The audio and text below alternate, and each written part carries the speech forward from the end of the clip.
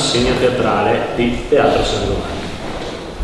Il Teatro San Giovanni ha l'ambizione di presentarsi non solamente al pubblico locale, ma anche di dare risposte e abbeverare la sete di cultura che i tanti cittadini della nostra provincia hanno.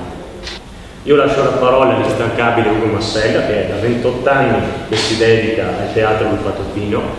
Grazie a voi, grazie a Ugo. A te la parola.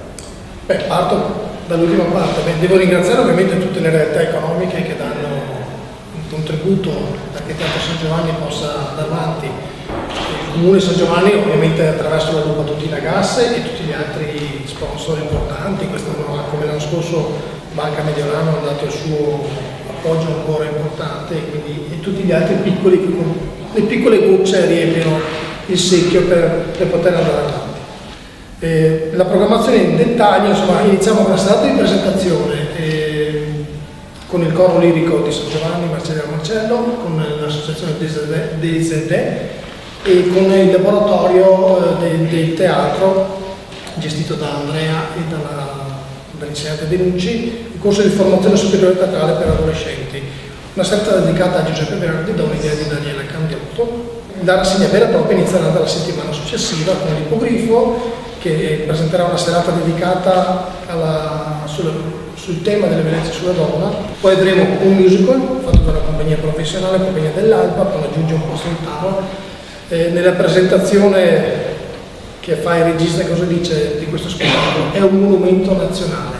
Poi ritorneranno le famiglie di Velo Veronese con l'ultimo spettacolo Toni delle Croci. Poi seguiamo un duo comico, Nuzzo e Di Biase, che due personaggi comici che sono usciti dalla Zelig. Poi ritorna un classico nel 2014, l'Anonima Magnagatti, una compagnia amatoriale, il gruppo teatrale La Trappola, con una tonnellata di soldi. Poi seguirà una nuova produzione della contemporanea con Lela Costa e Paolo Calabresi. Qui vedremo Lela Costa non da solo sul palcoscenico come negli ultimi anni, ma con una compagnia. Maschera Teatro, una novità che questa per San Giovanni, compagnia amatoriale veronese, nelle migliori famiglie. Ci sarà Giuliana Busso, tornerà poi la compagnia qua nostra, altri posti in piedi di Alba Fuan, che nei giorni di pioggia. Poi ritorna il circo Klezmer, la barcaccia, il classico della barcaccia con il ventaglio. Poi ritorna Ennio Marchetto è un grande trasformista di costumi di carta, con carta. Poi nuovo spettacolo, chiudiamo il 28 marzo con un nuovo spettacolo di Alessandro Bergontoni. C'è scritto un nuovo spettacolo, titolo da definire, perché non sappiamo che titolo darà lo spettacolo.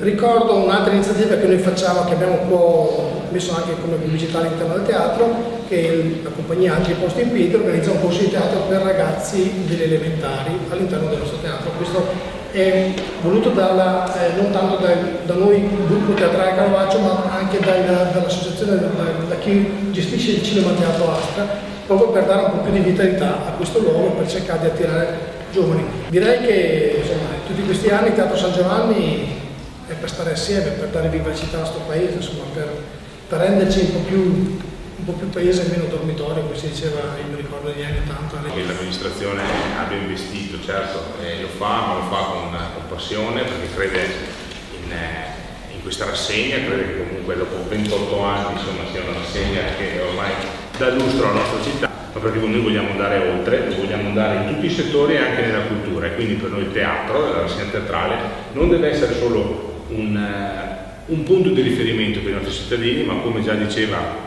giustamente Ugo, sta diventando un fulcro di riferimento anche fuori la città di San Giovanni,